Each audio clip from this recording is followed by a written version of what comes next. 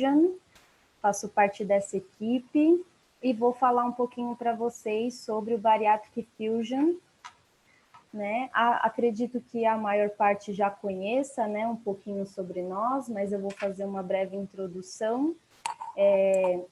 O Bariatric Fusion é uma suplementação, né, de vitaminas e minerais que foi desenvolvida, né, pensando no público bariátrico, porém, hoje nós temos o uso do Bariatric Fusion em diversas áreas, né, como na oncologia, nas doenças de má absorção, doenças inflamatórias intestinais, geriatria, nos vegetarianos, na pediatria. Então, diversas áreas hoje, né, a gente já tem visto o uso clínico do Bariatric Fusion, né? Aqui a gente consegue ver, né, as formas com que ele se apresenta. Esse aqui é o Plus, né, é a pastilha mastigável, são 4 sabores diferentes, morango, frutas tropicais, frutas vermelhas e laranja, né. A ideia, né, do Bariatric Fusion é tornar essa suplementação prática, né, para o paciente. Então, a ideia é que tenha tudo em um único produto. A gente sabe que existem as exceções, né, alguns casos que a gente tem aí que fazer alguma suplementação à parte, mas a ideia geral é que a gente consiga fazer essa suplementação em um único produto, né? O Bariatric Fusion é distribuído pela Suprimed, né, no Brasil. Ele vem dos Estados Unidos e já está sendo distribuído desde 2014. Em 2018, a gente teve uma alteração de uma resolução da Anvisa, onde a gente pôde alterar os índices, né, dos nutrientes e trazer um suplemento muito mais concentrado, né? E aqui em agosto de 2019 a gente fez esse lançamento, que foi um sucesso. Agora, em julho desse ano, a gente já recebeu o nosso segundo lote, né? E foi um sucesso absoluto. As pessoas têm dado um feedback super positivo em relação à palatabilidade, em relação ao uso clínico mesmo em si.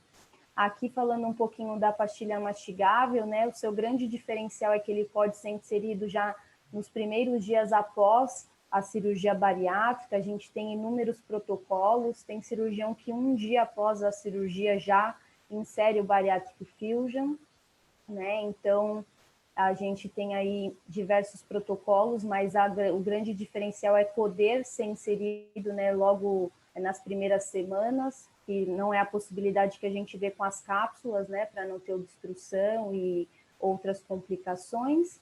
Aqui alguns diferenciais do Fusion, né? A gente tem os minerais quelados, então não sofrem interferência na absorção, são mais biodisponíveis, mais seguros. Nossa fórmula a gente conseguiu trazer já mais concentrada, né? Ultrapassando até alguns nutrientes dos padrões americanos, né? Os sabores, né? Que é super palatável e tem aí a possibilidade de ter 4 sabores para diversificar e um sabor residual muito baixo, né? A gente tem aí também a biodisponibilidade, né? Falando um pouquinho mais especificamente da B12, que é uma grande questão para o bariátrico em algumas outras especialidades. Então, vem na forma de metilcobalamina, que já é a forma ativa, o cálcio que vem na forma de citrato de cálcio e o ferro na forma de fumarato, então também mais biodisponível, né? Aqui a gente tem a cápsula, que é para continuação de tratamento, né, para fase tardia, e tem exatamente a mesma qualidade, né, dos nutrientes, então metilcobalamina, citrato de cálcio, fumarato ferroso e todos os minerais quelados, porém numa concentração menor e na apresentação de cápsula. Aqui a gente tem uma tabelinha comparativa, se alguém tiver interesse, não tiver ainda, a gente pode enviar, então podem colocar no chat para a gente. É legal que dá para ver bem essa, eu costumo dizer, a Ju até dá risada, que é um comparativo que não tem comparação, né? Que o Fusion tem uma quantidade, uma qualidade muito superior ao que a gente está acostumado a ver no mercado brasileiro, nesses produtos prontos já, né? Na prateleira. Aqui ficam os nossos contatos. E deixa eu só abrir aqui a minha telinha.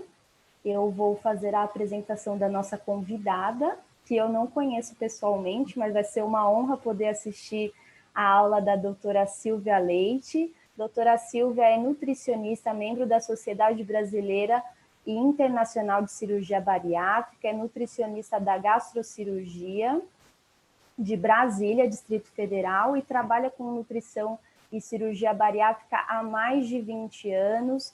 Bem-vinda, doutora Silvia, boa noite a todos e vamos aí aproveitar a aula da doutora Silvia.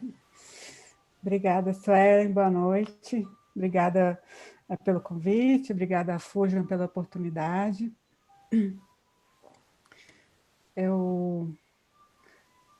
Será que eu consigo compartilhar minha tela? Ainda não? Ainda não. Então, deixa eu alterar aqui. Você sabe, o Su, acho que está com você, né, agora? E aí você tem que tirar. Espera aí, Ju, deixa eu entrar. É isso.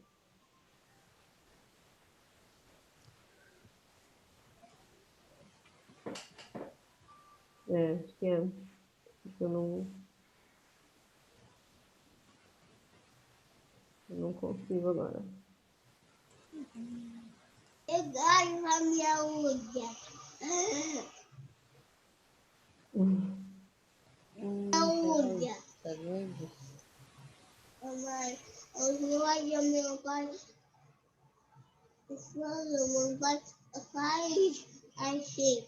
Obrigado por minha unha. Acho que pessoal.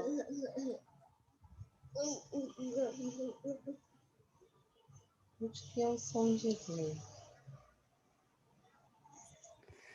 Suelen, acho que se você clicar em mim, aí tem 3 bolinhas, aí você faz assim, aí você fala assim, tornar anfitrião, uma coisa assim. Então, eu acho que entrou em outro participante. Ah, é?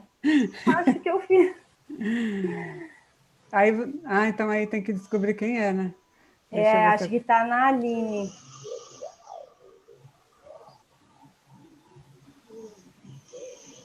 Ela não está online. Ai, gente, como eu consegui?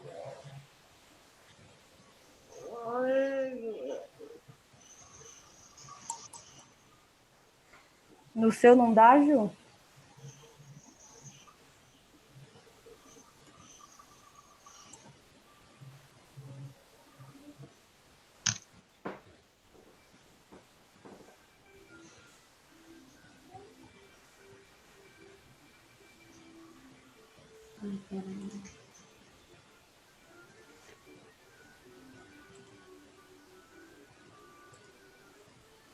Ai, gente.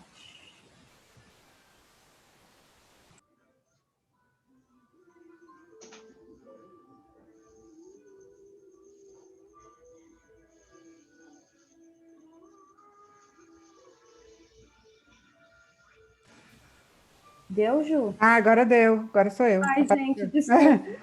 Não, problema não. Tá tudo ótimo. Bom, deixa eu... Bom, vou falar um pouquinho primeiro como é que eu montei a minha aula. Como a gente está falando também sobre vitaminas e minerais, eu tentei fazer um link de recidiva da obesidade com deficiências nutricionais, né? Esse é um tema que eu gosto muito. Eu estou numa semana bem apertada, mas eu fiz questão de falar, porque eu falei, esse tema eu tenho que falar, porque é um tema que eu gosto, que eu falo muito nas minhas redes sociais, e é muito frequente e é muito pouco explorado, né? Então, eu acho que nós, nutricionistas, a gente tem que dominar mais esse assunto para a gente poder ajudar os pacientes a longo prazo, depois da cirurgia bariátrica, em relação tanto a deficiências nutricionais quanto à recidiva da obesidade. Bom, uma introdução sobre definição de recidiva, né? A Sociedade Brasileira se posicionou já há algum tempo, né, sobre o que seria classificado como uma recidiva da obesidade. Aceita-se que um pequeno aumento de peso a longo prazo é normal, que a gente também leva em conta o controle das doenças metabólicas, melhora na qualidade de vida. É bem sabido que os pacientes, às vezes, não observam tanto isso, que eles ficam muito fixados no peso, mas a gente tem que tentar ir explicando que realmente perder peso, nem que não seja o peso que ele imaginou que ele ia perder, né? Mas perder peso, melhorar das comorbidades, das doenças associadas é muito importante, tem relação com redução de incidência de câncer, com redução, com aumento de expectativa de vida. A gente tem como obesidade controlada a perda de peso total em relação ao peso pré maior do que 20% em 6 meses, obesidade parcialmente controlada a perda de peso entre 10% e 20% nos primeiros 6 meses e não controlada uma perda de peso menor do que 10% do peso pré. Bom, uma coisa que as pessoas às vezes não levam em conta é que todos nós adultos, com o tempo, né, a gente vai adquirindo sabedoria, né, vai envelhecendo, e a gente vai sofrendo a ação das influências ambientais, da idade, né, da perda de massa muscular, e com isso a gente vai aumentando um pouco de peso. E no paciente que fez cirurgia bariátrica, isso não é diferente, ele está exposto a esses agentes ambientais, ao envelhecimento, à perda de massa muscular com a idade. A cirurgia vai agir em algum ponto da vida dele, ele vai perder peso, mas a longo prazo, se ele não cuidar da parte nutricional, como se nós não cuidarmos da nossa parte nutricional, com o tempo a tendência é a gente ganhar um pouquinho de peso. Isso às vezes fica um pouco esquecido quando a gente fala de cirurgia bariátrica, que estipula-se um peso e o paciente só quer ficar naquele peso, né? Ele não quer estar sujeito às oscilações que nós estamos sujeitos quando a gente modifica.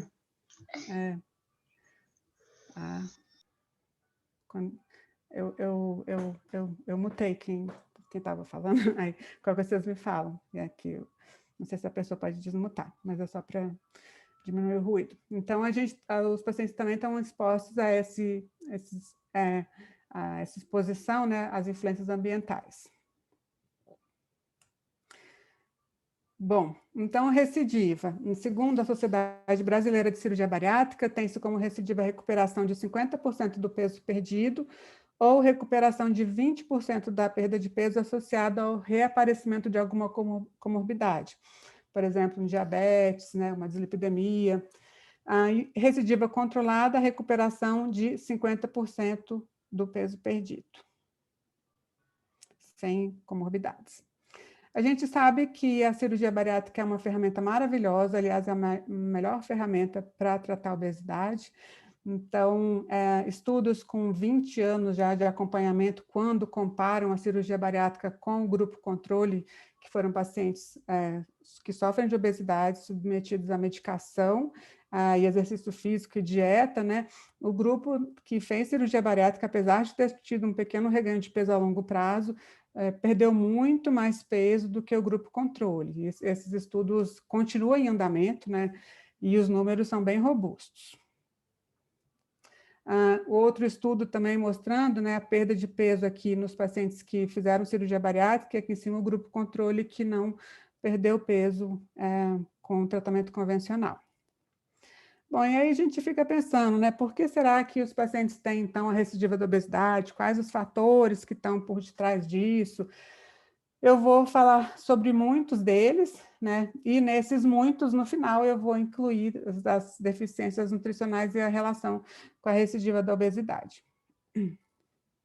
Bom, a gente sabe que a cirurgia bariátrica, ela mexe no trânsito digestivo, ela altera o trânsito digestivo, e essa alteração do trânsito digestivo com uma bolsa gástrica bem pequena, um desvio do intestino, né, um alimento mal digerido nessa alça intestinal, produz uma série de substâncias que alteram o metabolismo do paciente depois da cirurgia. Esse alimento mal digerido na alça intestinal aumenta a produção de algumas substâncias que são chamadas de incretinas, que são hormônios produzidos no estômago, no intestino, que têm ação no cérebro, né? Como o GLP-1 e o PYY, que têm ação na saciedade, que fazem o trânsito digestivo ficar mais lento, a oxintomodulina, que mexe no gasto energético, existe a redução da grelina, que isso favorece uma redução do apetite.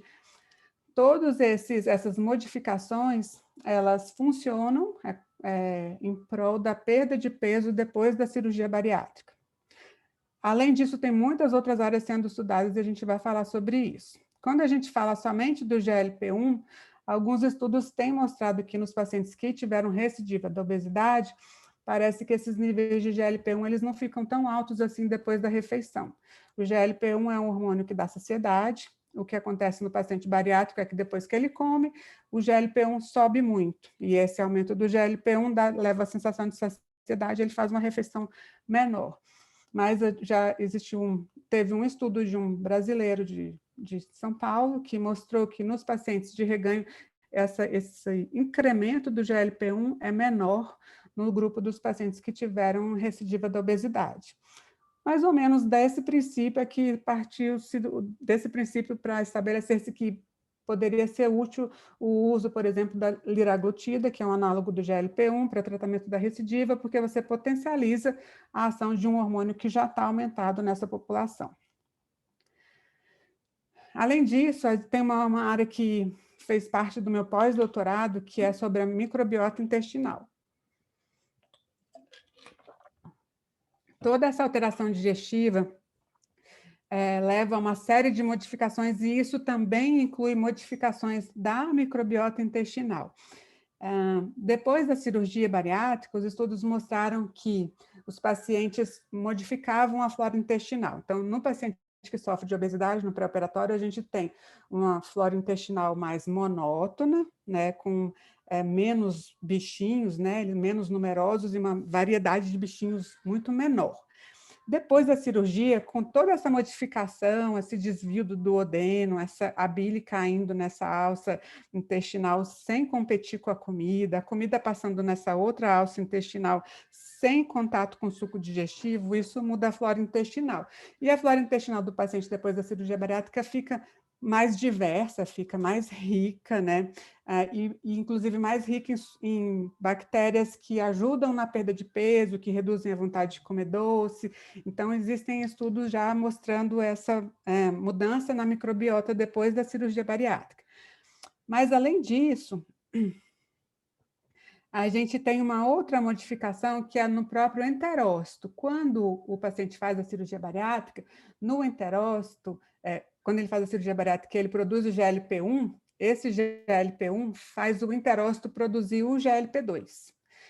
Parece que esse GLP-2 tem uma ação muito grande, porque ele faz os enterócitos ficarem mais grudadinhos, aqueles tie junctions que protegem o intestino, a permeabilidade intestinal, e isso aumenta, e além disso, ele aumenta o número de vilosidades intestinais. Essas maiores vilosidades intestinais aumentam o gasto energético do enterócito, então sobra menos energia para ser absorvida. Parece que isso tem uma ação importante na absorção de nutrientes depois da cirurgia bariátrica. Isso, especificamente, estou falando no bypass, essa questão do GLP-2.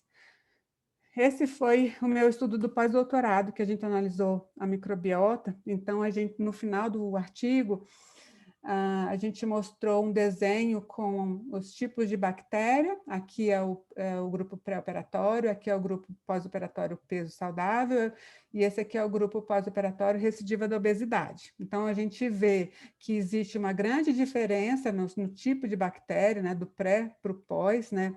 Você vê que a Arquemansia aumenta muito no grupo do pós-operatório, que é uma bactéria relacionada à perda de peso, né?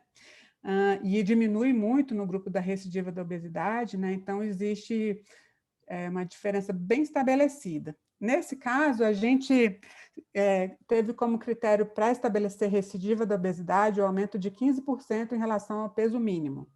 Esse tem sido uma maneira muito comum de se utilizar. A gente tem estudos falando 10% do peso mínimo, seria uma recidiva da obesidade importante, 15% do peso mínimo também como outro critério. Parece que 15% é um pouco mais razoável, né? Mas nesse estudo a gente observou uma coisa bem interessante, que quando o paciente tem um aumento maior do que 12,5% do peso mínimo, a microbiota começa a mudar. A diferença do grupo verdinho para o azul, que é peso saudável, recidiva, essa diferença na microbiota desses dois grupos começa a acontecer com o aumento de 12%. O que me faz pensar que quando o paciente procura, a gente teve uma recidiva pequena, né? Assim, por exemplo, peso mínimo 60 e ganhou 6 quilos, né? Tá na hora da gente intervir, né? Não adianta, não precisa esperar aumentar mais de peso, porque tem um risco muito grande de mudar a flora intestinal e a gente tem mais dificuldade de fazer o paciente perder peso, porque a gente ainda não sabe como que a gente faz. A gente tem certeza do que a gente vai dar e como que vai colonizar esse intestino. Então, a gente tem hipóteses, né? Mas esses estudos ainda não estão tão conclusivos assim. Bom, um outro fator também relacionado ao GLP-1 que tem influência na manutenção do peso é a hipoglicemia reativa. O que acontece na produção do GLP-1? Quando o paciente que fez cirurgia bariátrica, ele consome o alimento, e o alimento passa por aquele intestino sem contato com o suco digestivo, o intestino produz uma substância que chama GLP-1, que é a incretina, que dá saciedade, mas a principal ação do GLP-1 é aumentar a produção de insulina. Então, muitos pacientes que não têm uma alimentação muito organizada, ou uma alimentação muito rica em carboidratos, por exemplo, depois que eles consomem essas refeições ricas em carboidrato, a produção de GLP-1 é aumentada, porque o paciente, isso estimula mais o GLP-1, essa quantidade maior de carboidrato. E ele produz mais insulina, a insulina leva o açúcar para a célula, e no sangue eu tenho muita insulina e pouco açúcar, e o paciente tem crises de hipoglicemia. Nessas crises de hipoglicemia, o que faz o paciente melhorar? Ele comer. Então, existe uma relação das crises de hipoglicemia com recidiva da obesidade. Então, controlar a alimentação e ajudar o paciente que tem hipoglicemia a ter uma alimentação melhor e controlar isso, melhora o peso a longo prazo. Esse estudo em específico que eu estou mostrando aqui, eles viram que tem esse reganho de peso em pacientes com esses sintomas de hipoglicemia também tem relação com não adesão às orientações nutricionais, né, com idade, com o aumento do GLP-1, né, com o aumento da insulina, e com essas oscilações no nível de glicose, porque a glicose ela é uma mediadora de apetite, né? A gente sabe que a gente tem a fome homeostática, a fome hedônica, né, de recompensa, que isso melhora no paciente que fez cirurgia bariátrica, ele tem menos recompensa com alimentos muito, muito calóricos. Tem a fome emocional, que a gente não sabe aí o valor dela, né, por estresse, ansiedade, etc. Mas na fome homeostática, os níveis de glicose e desses hormônios são muito importantes. Então, ajudar o paciente a controlar, né, a alimentação e se ele apresentar essas hipoglicemias, controlar a hipoglicemia também é muito importante. Bom, continuando sobre alterações metabólicas, eu vou falar um pouco sobre gasto energético. É uma área também que eu pesquiso muito, que eu gosto muito, né? E é uma área que em cirurgia bariátrica é uma área bem interessante. O gasto energético total, ele é composto pela taxa metabólica de repouso, pelo efeito térmico dos alimentos, atividade física e o exercício, né? Então, hoje a gente já divide atividade física e exercício, atividade física é aquela involuntária, exercício é aquele planejado, que você vai com um objetivo específico.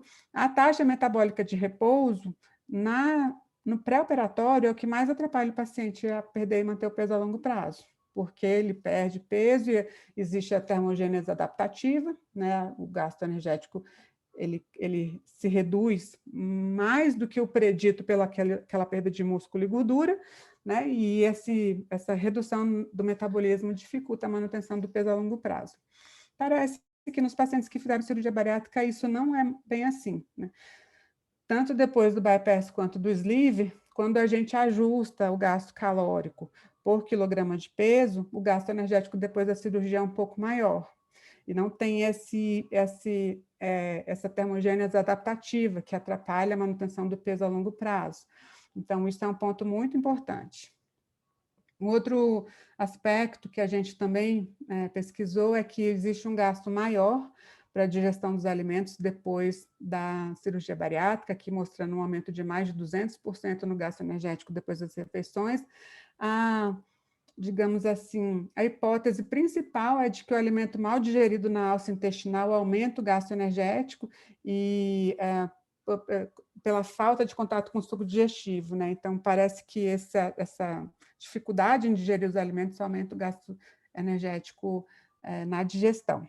Outro estudioso muito famoso, o doutor Carol Leroux, também fez um estudo com pacientes pré e pós-operatório e mostrou que existe um aumento, esse de cima aqui, ó, esse mais clarinho, que é o efeito térmico dos alimentos, aumentou depois da cirurgia bariátrica. A gente comparou também grupo pré-operatório, né, com grupo que teve recidiva da obesidade e grupo pós-operatório que tem peso saudável. E a gente fez uma curva do gasto energético para a digestão. Então, o gasto energético para a digestão do paciente que teve recidiva da obesidade, ele é menor do que o grupo que manteve um peso saudável. E nesse estudo, a gente viu, quando a gente isolou quais os fatores que tinham maior influência nesse menor gasto energético no grupo que teve reganho de peso ou recidiva da obesidade.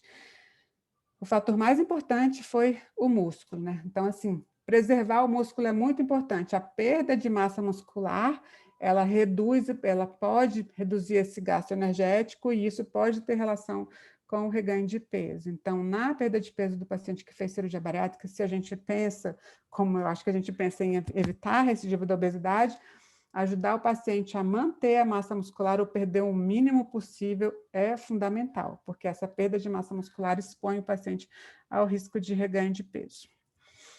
Bom, falando agora sobre outros fatores, né? A atividade física também é importante, né? Principalmente, não só como fator do gasto energético total, mas como um grande mantenedor da massa muscular, né?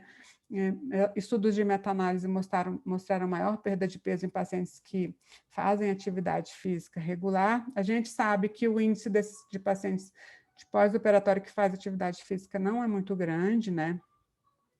Muitos deles têm comportamento sedentário, pouco dispêndio energético, né? E isso tem relação com aumento de peso. Então, é sempre importante, já desde o pré-operatório, falar da importância da atividade física. Bom, agora eu vou falar um pouquinho de consumo alimentar e reganho de peso. Um dos estudos mais importantes recente é esse do SOS, que é um estudo sueco de pacientes que fizeram bypass e sleeve, né? Eles têm já mais de... Nesse estudo, eles têm mais de quase 2.000 pacientes, mas eles têm muito mais, eles têm mais de 5.000 pacientes acompanhados a longo prazo. Esses são dados alimentares, de consumo alimentar, que eles têm no pós-operatório. Então, eles avaliaram o consumo alimentar dessa população, né? Então, só aqui é o grupo de homens, né? Sexo masculino, aqui é o pré-operatório, aqui é o pós-operatório. O que eu acho interessante nesse estudo é mostrar, desmistificar um pouco, o paciente vai começar um pouquinho, né? Assim, ó, 2.400, né? 2.300, não come tão pouco assim, é uma alimentação praticamente normal. E aqui é o grupo das mulheres, né? Então, ó, com... quase que 6 meses, né? 1.500, 1.600, né? Perto de 2.000 ali, quando está perto de 10 anos de pós-operatório. Mas esse estudo trouxe um dado muito importante. Vou aumentar aqui. Ele mostrou que nos primeiros 6 meses, os pacientes que tiveram um menor consumo energético, um menor consumo de carboidrato e um menor consumo de gorduras, com 10 anos eram os pacientes que tinham um melhor peso, né? Que não tinham reganho de peso. E outro ponto, os pacientes que ingeriram mais proteína nos primeiros 6 meses, ou seja, ao invés de aumentar carboidrato e gordura, né, eles aumentaram proteína. Esse grupo que fez isso também estava entre os pacientes que com 10 anos tinham um melhor peso, né, que não tinham recidiva da obesidade. Então, depois até desse estudo, muitas vezes antes a gente fica assim no começo, né, quando o paciente começa a comer, passa daquela fase de dieta líquida, e fica doido para começar a comer uma comidinha, aí saudade de comer uma feijoada, não, mas saudade de comer um bobó, não, saudade de comer uma friturinha, aí a gente fica assim com uma peninha, né, e fala assim, não, mas ele vai comer tão pouquinho, né, não, mas vamos deixar, mas é só mais uma manteiguinha, isso não tem problema. Depois desse estudo eu comecei a pensar que não, que a gente tem que realmente nesses primeiros 6 meses ajudar o paciente a fazer uma alimentação bem ajustada mesmo, porque a gente não quer a perda de peso nos primeiros 6 meses, nem no primeiro ano. Eu quero paciente com 10 anos de peso bom. Eu quero o paciente com 10 anos bem nutrido, sem preocupar com recidiva. Então, eu tenho falado muito isso para os meus pacientes, né? Quando eles começam a ficar meio com peninha, que peninha de mim, eu estou precisando tanto de uma coxinha. Eu falo, não pensa assim não, porque daqui 10 anos você vai me agradecer que você não comeu essa coxinha. Ai. Peraí que eu aumentei, peraí que eu vou ter que reduzir de novo. Bom, um outro estudo que a gente fez, esse estudo também foi da minha clínica, foi sobre consumo de carboidrato. A gente fala muito quanto de proteína, mas a gente também tem que ensinar o paciente a quantidade certa de carboidrato, né? Não é dieta sem carboidrato, não é dieta da proteína, é uma dieta adequada para o bariátrico, mas tem uma quantidade de carboidrato também que a gente tem que ficar bem atento. Nesse estudo, os pacientes que consumiram mais de 130 gramas de carboidrato por dia tiveram uma perda de peso menor do que aqueles que consumiram menos de 130. E se vocês forem colocar isso realmente num programa e calcular, não é muita coisa, né? Então, ajudar o paciente também a saber os horários e quantidade de carboidratos também é importante para prevenir a recidiva da obesidade. Esse foi um outro estudo, foi do meu mestrado. A gente avaliou 3 padrões alimentares: padrão alimentar normal, no pós-operatório, padrão alimentar comedor de doce, paciente que come mais de 150 calorias em forma de doce mais de 2 vezes na semana, e os beliscadores, que comem petiscos salgados, que somam mais de 150 calorias por porção, mais de 2 vezes na semana. O grupo que consumiu mais caloria foi o grupo o grupo beliscador, né, mais de 2.000 calorias, uma maior quantidade de carboidrato, vou aumentar aqui, ó, 247, fazia um maior número de refeições, e foi o grupo que perdeu menos peso, né? Perdeu um pouco mais do que 50% do excesso de peso, que normalmente é o paciente que perdeu peso, mas ainda está insatisfeito. Bom, vários estudos mostram também a importância da proteína, não só como mantenedora da massa muscular, do estado nutricional, mas também como um grupo de pacientes que vai perder um pouco mais de peso se consumir mais proteína. A proteína dos macronutrientes é o que dá mais saciedade, né? Então, normalmente, a gente pede para o paciente priorizar a proteína depois da cirurgia bariátrica. Bom, tem vários outros fatores também relacionados à recidiva da obesidade, né?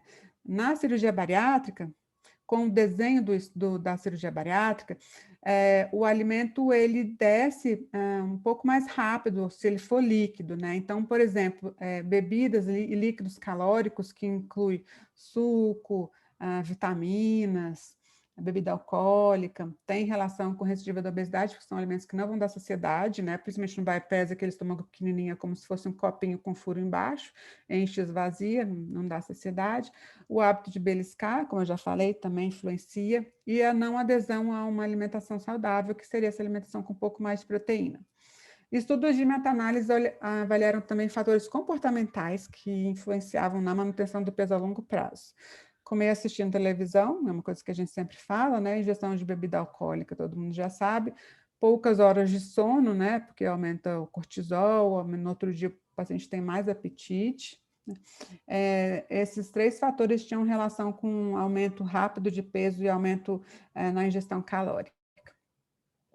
Os alimentos pastosos também, do tipo purê, sopinha, né? São alimentos que não dão muita saciedade, muito macarrão bem cozido, né?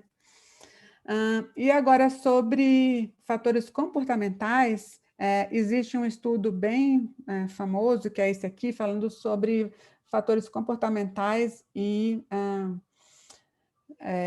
peso 3 anos depois da cirurgia bariátrica. E eles avaliaram fatores que tinham relação, que tinham influência na manutenção do peso a longo prazo.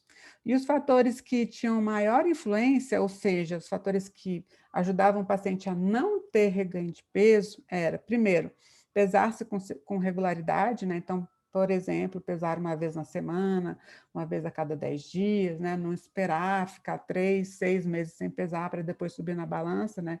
Então, ter um certo controle do peso é importante. Parar de comer quando sentir-se cheio, né? Porque comer continuamente durante o dia tem relação com reganho de peso. E evitar beliscar ou comer continuamente durante o dia. Outros pontos importantes também era fazer um café da manhã, né? Comer o café da manhã ajudava, né? Outros estudos também mostram que no café da manhã, se o paciente aumentar a proteína, isso também tem relação com menor apetite durante o dia e manutenção do peso a longo prazo. Reduzir a quantidade de gordura, né, dos alimentos. Bom, e aí quando a gente fala de reganho de peso, a gente também pode falar de deficiência de nutrientes. Por quê? A deficiência de nutrientes ela leva a riscos de saúde, né? E dentre essas complicações das deficiências de nutrientes, a gente tem um aumento de peso, né? A recidiva da obesidade. São vários fatores que levam os pacientes que fizeram cirurgia bariátrica a terem deficiências nutricionais, né? Então, assim, citando só os mais importantes.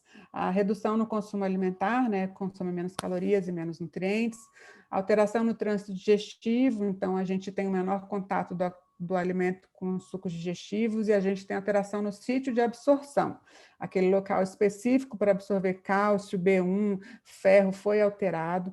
A gente tem uma alteração no pH, não existe mais pH ácido, tanto no bypass quanto no sleeve, e isso influencia a absorção de muitas vitaminas, do ferro até a vitamina B1, depende do ácido do estômago, né? Então, todos esses fatores, eles levam ao risco de deficiência nutricional. Lembrando mais, adesão às suplementações, né, é um desafio, né? Então, o uso contínuo, muitas vezes eles têm como se fosse um burnout de ficar se cuidando, de ficar fazendo um exame, de tomar muita vitamina. Então, a gente tem que entender, né, e saber manejar isso, porque faz parte. E a gente sabe que essa população vai para a cirurgia com deficiência nutricional, né? Os estudos mostram que dos pacientes que vão para a cirurgia bariátrica, 100% tem deficiência nutricional. Então, a gente já começa a suplementação no pré-operatório.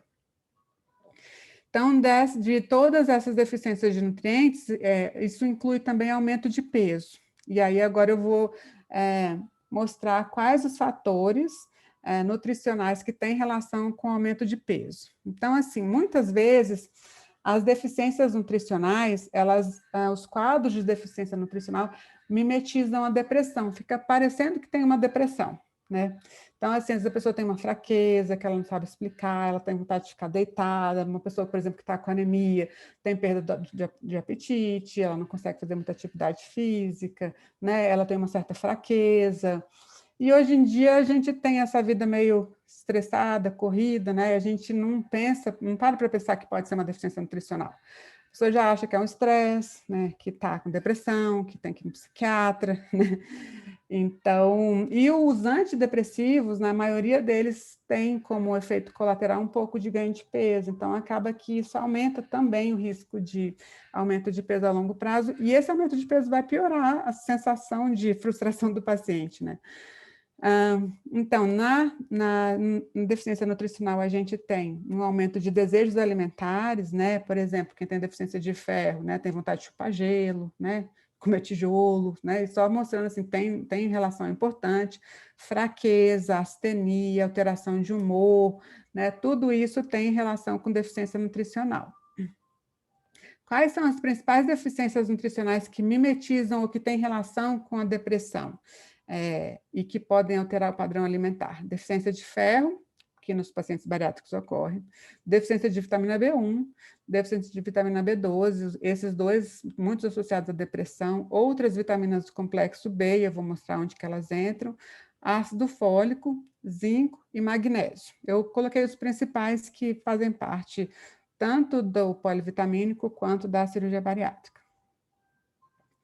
Bom, esse estudo mostrou que a recidiva da obesidade em pacientes com 10 anos depois da cirurgia bariátrica tinha relação com idade, né, maior idade, maior peso, tempo de cirurgia, quanto mais tempo de cirurgia, maior risco de recidiva e deficiência de ferro. Quais são os sintomas de deficiência de ferro, né? Desejos alimentares, queda de cabelo, fraqueza, dispneia, astenia, taquicardia, pálpebras hipocoradas, palidez, dor de cabeça. E esses sintomas, às vezes, se confundem com depressão, né? Com estresse. Nesse caso, é muito importante a suplementação, que pode ser via oral, se não tiver anemia e nenhuma ferritina muito baixa, né? Por exemplo, abaixo de 10, 20. Se não, se tiver anemia ou a ferritina muito baixa, às vezes é necessária a prescrição médica para terapia de ferro endovenosa. A vitamina B1 é muito importante para a parte mental do paciente, para a parte neurológica. E a vitamina B1 é uma das deficiências que acontece mais rápido, né? Em 7 dias o paciente pode ter deficiência. É um pouco... Me chama muito a atenção, porque as pessoas falam muito de ferro, deficiência de ferro, mas a deficiência que ocorre mais rápido é a B1. A gente não tem estoque, né? Entre 7 e 21 dias você já tem deficiência, então tem que ficar bem atento aos sinais e sintomas. Fora isso, a gente vive uma época onde as pessoas consomem muito mais bebida alcoólica do que antigamente, e isso também é um fator de risco para a deficiência de vitamina B1. Então, sintomas de deficiência de tiamina, vômitos, ou andar cambaleante, né? Ataxia, perda do equilíbrio, né? Alterações de humor, perda de memória, fraqueza, confusão mental, e ela pode ser irreversível se não tratada, né?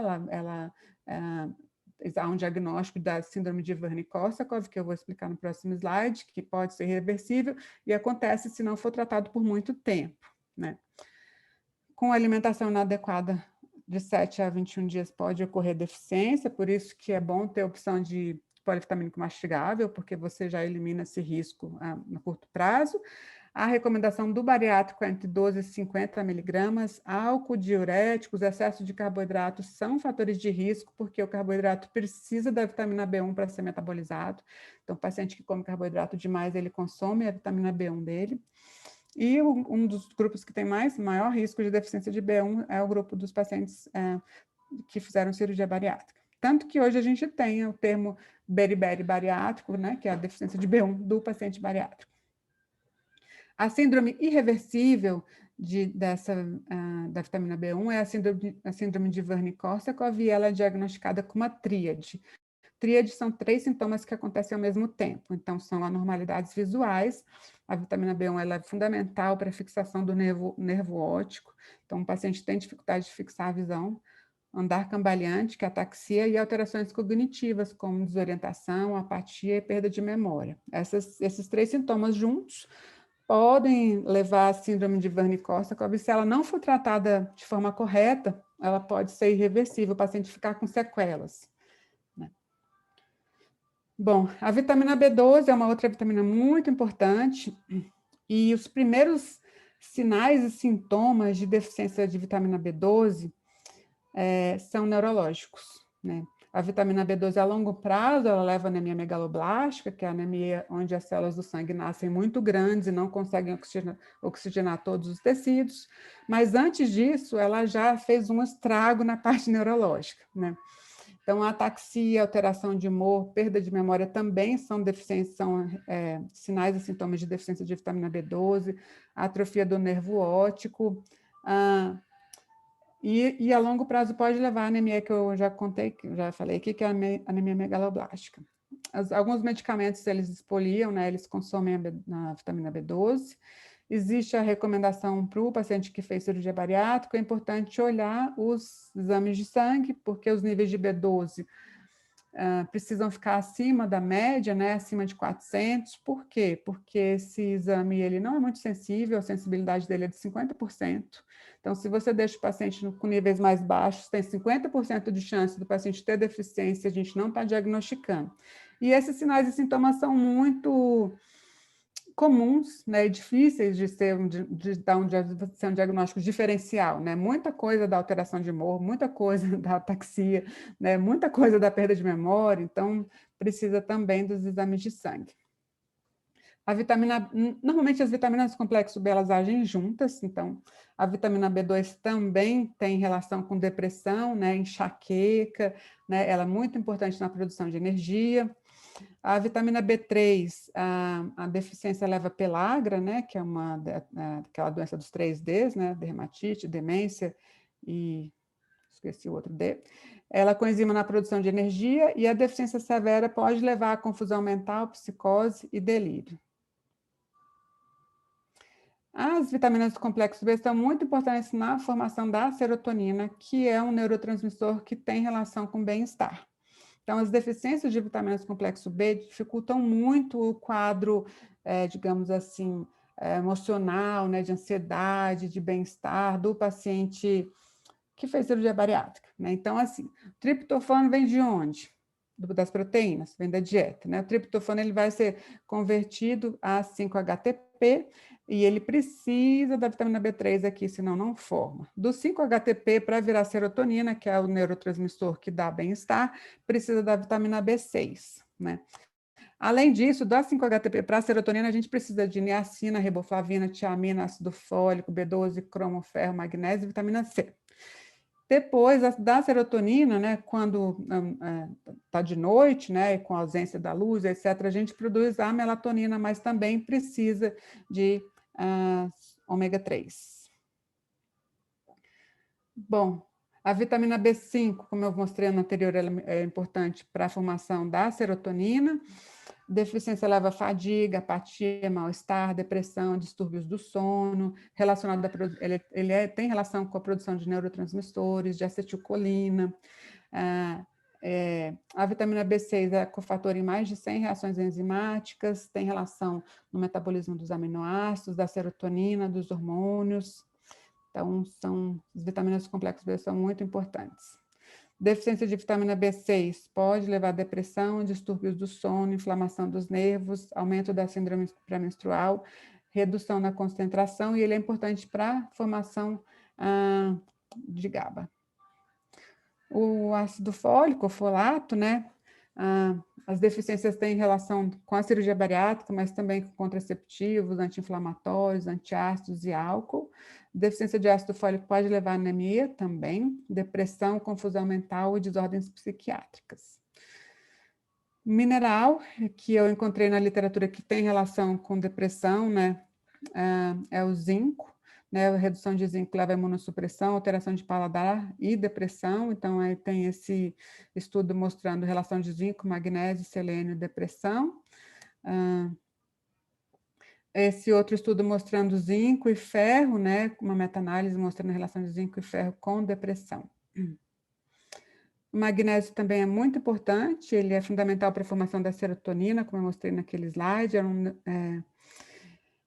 que é um neurotransmissor. Ele também atua na enzima hidroxilase, né? Então, isso vai depender também de outras vitaminas e minerais, e a deficiência de magnésio pode interferir no sono, pode aumentar a ansiedade, irritabilidade, nervosismo e depressão. Bom, então, como conclusão, a recidiva da obesidade está associada a fatores metabólicos e comportamentais, né? O conhecimento desses fatores é muito importante para a gente criar estratégia para a elaboração da perda de peso. Então, assim, muitas vezes no tratamento da recidiva da obesidade, ao invés da gente tentar julgar o paciente, falar assim, não, é porque você não está fazendo dieta, não, você não está fazendo exercício, por isso que você teve reganho de peso. Não, tentar entender de todos aqueles fatores que eu falei. Será que ele belisca ou ele não belisca? Será que ele bebe álcool ou ele não bebe álcool? Será que o GLP-1 dele está baixo e ele está comendo, ele tem fome? Se ele tem fome, pode ser que ele se beneficie de um tratamento com um medicamento que vai aumentar o GLP-1 dele, né? Então, tentar ter um pouco mais assim se eu puder dar uma mensagem, né, de empatia, né, para o quadro do paciente, porque não tem só um fator que leva à recidiva da obesidade, são muitos. Depois de todos esses fatores que a gente olhou, né, álcool, comida pastosa, comer vendo televisão, não se pesar, depois de tudo isso, vamos supor que o paciente tinha uma deficiência nutricional, ele fez uma deficiência importante de B1, de B12, de B2, de B6, e ninguém notou. E ele chegou e aí ele achou que ele estava muito triste, aumentou um pouquinho de peso e teve deficiência nutricional. Ficou muito triste, e aí ele foi no psiquiatra e começou a tomar um remédio. Até então ele tinha aumentado 5 quilos, mas ele foi no psiquiatra, começou a tomar uma medicação, ele chega no psiquiatra e fala, doutor, eu estou triste, só fico chorando, não tenho energia, fico deitado, e nem contou que é bariátrico, fala isso. O médico, com esses sintomas, ele vai passar um antidepressivo. Aí o paciente tomou, aí ele tinha aumentado 5 quilos, ele ganha mais 5, porque a medicação mexe. E aí ele volta no seu consultório com mais 10 quilos. Então, tentar entender o que aconteceu antes dele chegar no seu consultório para ajudar, né?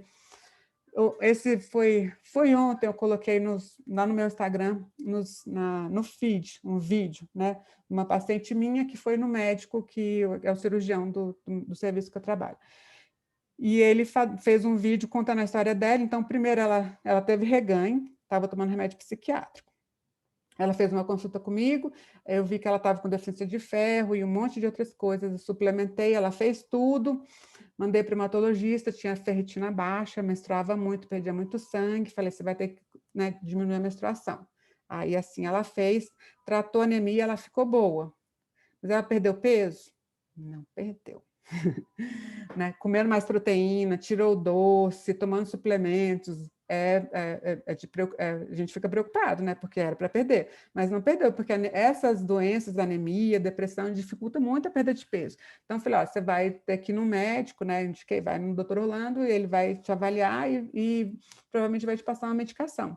Primeiro, aí ele terminou de ajustar as vitaminas dela, né? Tinha que fazer injetável, fez, e prescreveu uma medicação para ela. E ela, à medida que ela foi melhorando da parte nutricional, das deficiências, ela foi retirando as medicações com o psiquiatra. Então, hoje ela está quase sem medicação. Ela começou a medicação para perda de peso, o análogo do GLP-1, ela já perdeu 3 quilos, né, em um mês, que foi mega bom para quem não perdia peso há um tempão.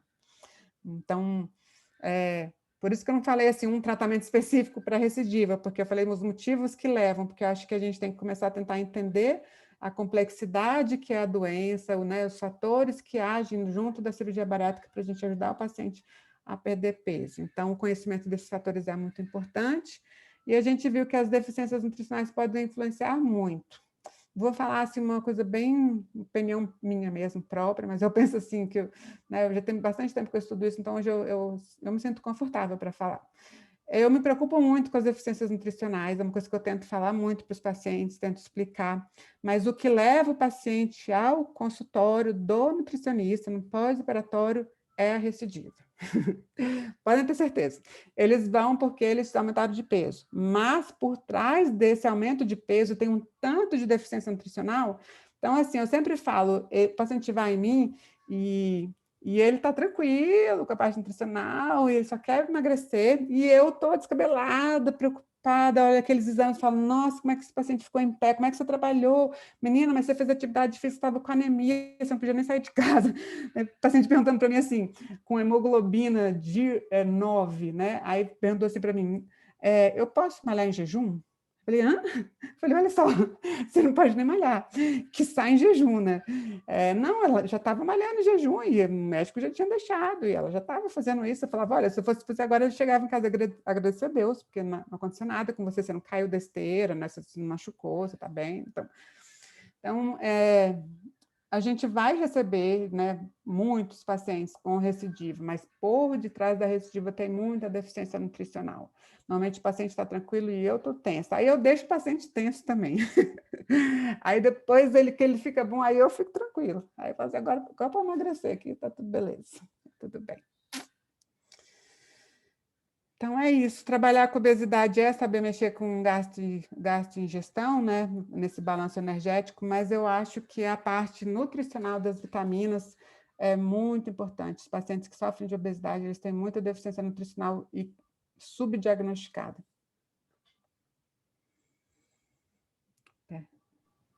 Voltei aqui. Nós temos algumas perguntinhas. A doutora pode responder? Claro. Eu vou... bate-papo, né? Isso. A Rayane perguntou se a doutora costuma suplementar a vitamina B1 isolada de forma preventiva no pós-operatório ou imediato. Então, a vitamina B1 isolada, o ideal de vitamina B1 para o paciente depois da cirurgia é 12 miligramas, né? Isso é difícil ter nos polivitamínicos em geral.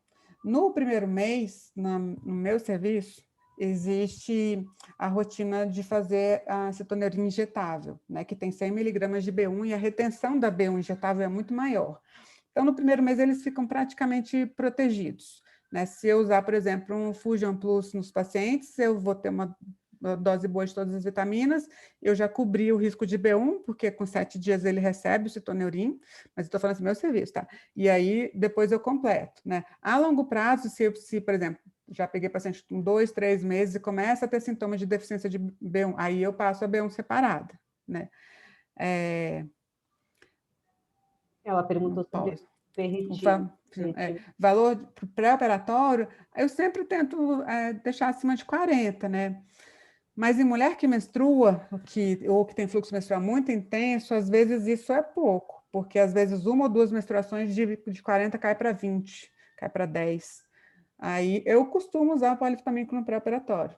Não é porque eu estou falando aqui no Fusion, não, mas eu uso muito Fusion no pré-operatório, porque tem mais ferro, porque tem mais B12, que tem B1, e porque é mastigável. Aí ele não vai perder, porque ele, né, começa a tomar um mês antes, ele não vai perder aquele potinho, ele vai usar no pós. Então, eu gosto muito. 40 seria o mínimo, mas se for 40 com uma mulher que tem um fluxo menstrual intenso, eu tentaria melhorar um pouco. Mais uma, Fernanda Valente. Fernanda, mulher com ceratocone. Existe alguma suplementação específica? Não sei. Posso procurar e depois te falar. Nunca li sobre a relação de suplementação específica para ceratocone, nunca vi.